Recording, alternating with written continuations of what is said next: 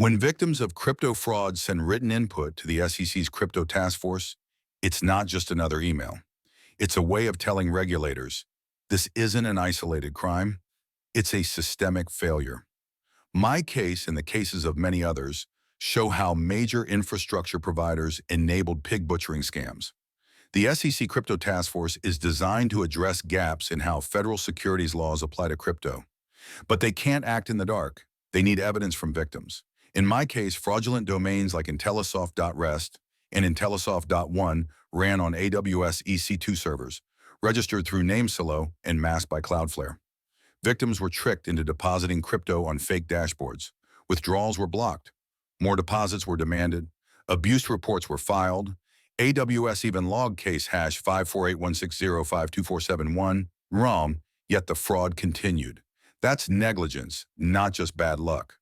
By submitting evidence, victims show the SEC how fraud lives on cloud infrastructure that's supposed to be trusted. So what happens when victims speak up? The SEC can push for policy reforms so cloud providers must disclose abuse reports and billing linked to fraud.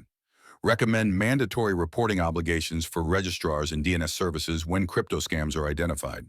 Narrow legal shields when companies profit from fraud infrastructure. And beyond policy, victim submissions strengthen ongoing investigations.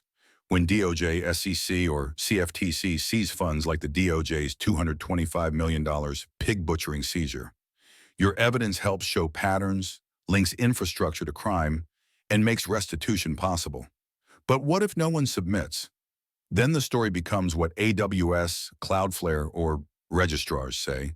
They'll claim they didn't know, that fraud was rare, or that abuse reports were minimal. The consequence? No accountability. Fraudsters keep exploiting EC2 servers, pig butchering keeps expanding, and victims remain invisible in policymaking.